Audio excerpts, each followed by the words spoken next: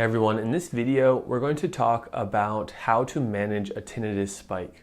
I will also explain what causes a tinnitus spike, how you can prevent a tinnitus spike, and how to manage a tinnitus spike. This video was a user request from James D, who asked if I could cover the different causes of a tinnitus spike. The key here is to ground the nervous system. The auditory nervous system, where the tinnitus is created, is influenced by neighboring areas of our nervous system, especially the emotional brain related to stress and anxiety. And they get signals, they're communicating with our nervous system in our body, our physical body. When I'm taking shallow breaths and my shoulders are tight and my body is cringed up, it tells my brain, it gives my nervous system in my head this message of. First, let's define a tinnitus spike. There's two different kinds of tinnitus spike. One is transient or short, and this is a very high-pitched ee that comes for less than 20 seconds typically. It can be in one ear or it can be in both. This kind of short transient tinnitus spike, it gets really loud and then it drops, typically in a period of about 20 seconds or less than 30 seconds. The second kind of tinnitus spike is when you have prolonged, louder tinnitus, or your tinnitus, which you have most of the time, has an increase in the loudness or a change in the pitch, and that lasts for a period of hours or sometimes even days. That's the second kind of tinnitus spike. Most people do experience that short burst of 20 seconds, 30 seconds of loud tinnitus in one ear. Most people do experience that. I myself have experienced that usually every few months. That's not something to worry about. It has no medical significance.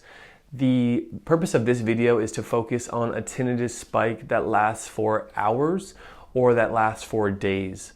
And we're going to talk about what causes it, if it's possible, how to prevent it, and then finally, how to manage it. Make sure you're subscribed to Pure Tinnitus if you're not already, and ask a question in the comments and I will try to make a video about it. The first important point here is to understand your triggers. Typically, tinnitus spikes come from certain triggers. Sometimes that can be poor sleep. Sometimes that can be anxiety, having a stressful period in life, having changes to your diet, or eating junk food, or drinking alcohol, or being around a loud noise event like going to a concert, or having a surprise loud noise when you're going throughout your day. Maybe you live in the city and you walk past a street and someone honked a horn right next to your ear. That was an event that triggered a tinnitus spike for hours or days. Just remember that it's not necessarily that you did anything wrong for this spike to happen. There may have been some decisions you made or some environments you were in that contributed to the spike, and that's what we're going to figure out through understanding these different triggers. But it's important to remove that self-shame or that self-pity that can come when we recognize that we're having a tinnitus spike. Getting out of the negative thinking loops and getting out of those negative feedback loops, it's an important part of managing a tinnitus spike. Is it possible to prevent a tinnitus spike? Well, this is going to come down to understanding the different triggers.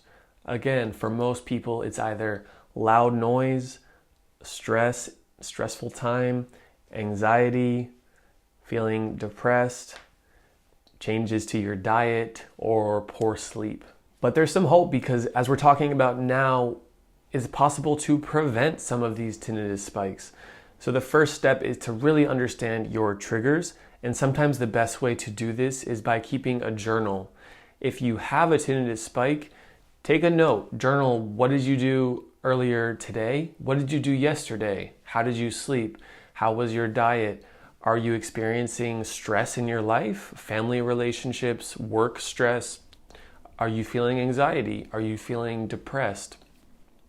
Are you exercising? Are you communicating with your friends? Do you feel isolated?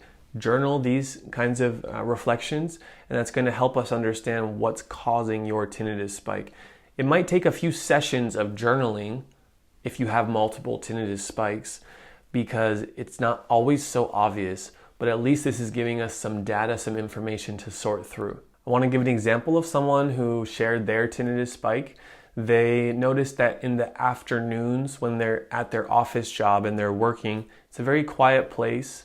They had good energy in the morning, but then after lunch and into the afternoon, they noticed that they were getting anxiety, they were feeling restless, and because of that, their tinnitus was spiking, it was louder.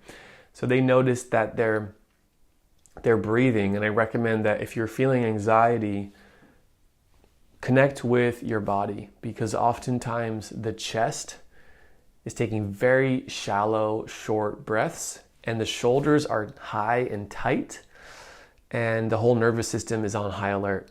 So when we focus on our breathing, I recommend a deep breathing through the belly, deep belly breaths, and filling our lungs with oxygen and relaxing our shoulders. That is us telling the mind, we are more relaxed than you think. We're not actually that anxious right now. And this particular member of group coaching, what worked for them is to stand up, take a 5-minute break from what they were doing at their job, from working and trying to concentrate.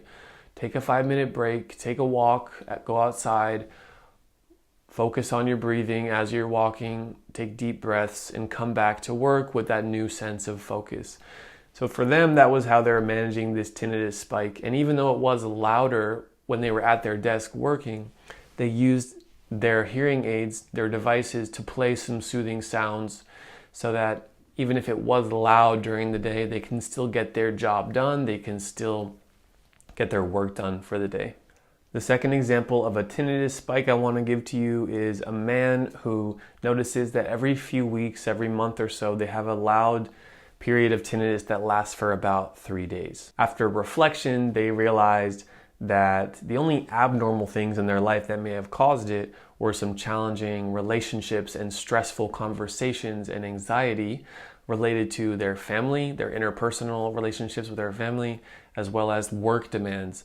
They were being overworked, they were having some conflict with their spouse, and because of that, they would stay up late at night watching TV, and they wouldn't get really good sleep, and it would create this negative feedback loop, this vicious cycle of having tinnitus, feeling stressed, getting bad sleep.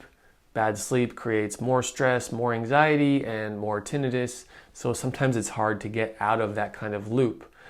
First of all, the best thing to do is be aware, and through a journaling exercise you can do that, or just self-reflection. The reason that the tinnitus spike likely happened is because of these stressful circumstances in life. And what's really in control for that individual is they can try to go to sleep earlier. If they want to be in bed asleep by 10 p.m., then it's probably best to start planning sleep by 9 p.m.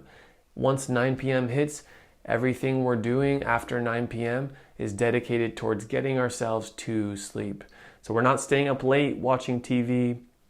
We can have some impact with our sleep. Of course, also there's other ways to manage stress and anxiety, which we cover on this channel as well. Now let's talk about how to manage a tinnitus spike. Just remember that a tinnitus spike implies that you go from a baseline to a high peak and then back to a baseline. So just remember that. Just remember you're on this ride, and you have to some degree, surrender and release that kind of sharp desire for control over it and just ride out the spike as much as possible. The key here is to ground the nervous system. The auditory nervous system, where the tinnitus is created, is influenced by neighboring areas of our nervous system, especially the emotional brain related to stress and anxiety. And they get signals, they're communicating with our nervous system in our body, our physical body. When I'm taking shallow breaths and my shoulders are tight and my body is cringed up, it tells my brain, it gives my nervous system in my head this message of, I'm high alert, I'm in the fight or flight mode, I am not comfortable, and I'm afraid. What can we do then to ground the nervous system? So we're controlling our body, and that's sending the message to our mind and our psychology of, I feel safe, I feel calm, I feel grounded.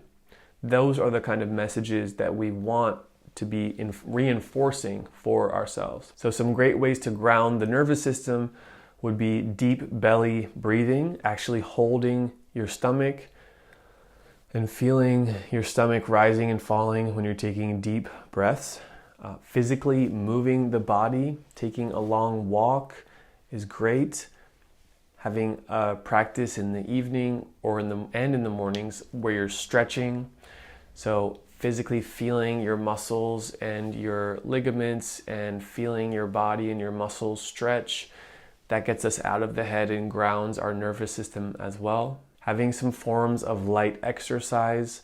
This may be putting on a guided beginner yoga class or beginner stretching exercise routine via a video, or this may mean doing the kind of exercise that you enjoy. Maybe that's running, quick walking, or a bicycle ride, something simple like that. During these tinnitus spikes, it's important to have access to soothing sounds around you. We're soothing our body with the grounding practices, but we also can soothe our auditory system, our auditory nervous system, you see. So having some soothing sounds, either playing through a speaker, through a phone, or if you have devices like hearing aids, using your sound therapy through your devices or through Bluetooth through your phone to play some calming, relaxing sounds. Nature sounds are great for this. Other people prefer wind chimes or Chinese flute music. Find what works for you, and always remember you can come back to that kind of soothing, grounding sound to help with your grounding of your physical body and the nervous system. Finally, you don't have to feel alone and isolated with a tinnitus spike. I want to encourage you to use verbal affirmations. This is a very simple practice, and it's reaffirming to ourselves that we are safe, we are calm, that this too shall pass. This too shall pass. Reminding yourself, telling yourself, saying it in your head, saying it out loud even, writing it down. This too shall pass. This too shall pass. Finally, reach out to a friend, reach out to a family member. Oftentimes, when we're stuck in the head, when we're feeling a headache, feeling a migraine from tinnitus spike, and we're just stuck in our head, we're not in our body. First, going through these different mind-body grounding techniques, then the affirmations, playing soothing sounds around us, and then reaching out to a friend or someone to just get out of our head and talk to them. Finally, a good practice can be to take a hot shower, and when you're in that hot shower, try to use some cold water too. So go from hot to cold. Using hot and cold water can put our attention back on our physical body, on our skin, on the nervous system in the body, and it can ground and relax us. Just like taking a warm bath relaxes us, we really feel that heat of the water. That's going to be a positive way to ground our nervous system as well. Thank you to James D, who requested this video, and leave me a comment. What strategy do you guys plan to use? Do you plan to go with the verbal affirmations? Do you plan to do some exercise, do some stretching? Do you want to try the deep belly breathing or meditation? Or do you feel like reaching out to a friend or a family member is going to help you out? Let me know in the comments below. If you're not already, make sure you subscribe to the channel and press that little bell so you get these notifications when the new video comes out. Thank you so much for watching this video. To my side, you'll see the next video, which I recommend watching, and that is called What is Pure Tinnitus Group Coaching? I know tinnitus can sometimes feel isolating and lonely, so if you click that video next to me, you'll learn how a group coaching format, it allows us to feel